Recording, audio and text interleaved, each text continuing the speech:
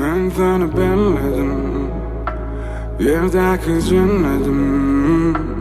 Seni sevmegendim, demedemin belellerim. Menem seni belledim, yüreğime yeyledim. Seni ünsüyle dinledim, biledim alacağım hem geleceğim.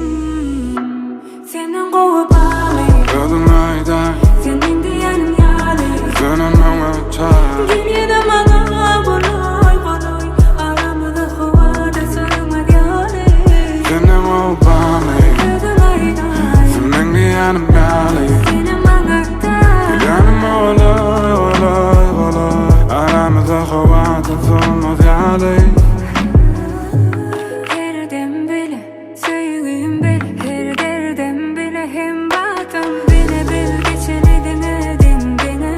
Koy yürüge elini elime, deyim ona söyleyin aram aram. Men kim olsun sevgin baram, son kademe çelinin yarın. Sensiz olmadı benim yanım.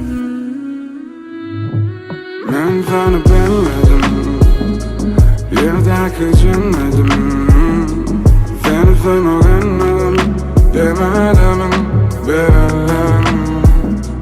Menem seni belledim, yüreğime yeyledim. Seni ünsüyle dinledim, biledim alacağım hem geleceğim. Senin kovup ağlayıp Kadın ayda, senin diyenin yâli. senin bana çağır. Dünyada bana bolay bolay, aramızda havada sığmaz yâli. Senin o bana, Kadın ayday, senin diyenin yâli. senin bana da. Yanım olay olay olay, aramızda havada sığmaz yâli.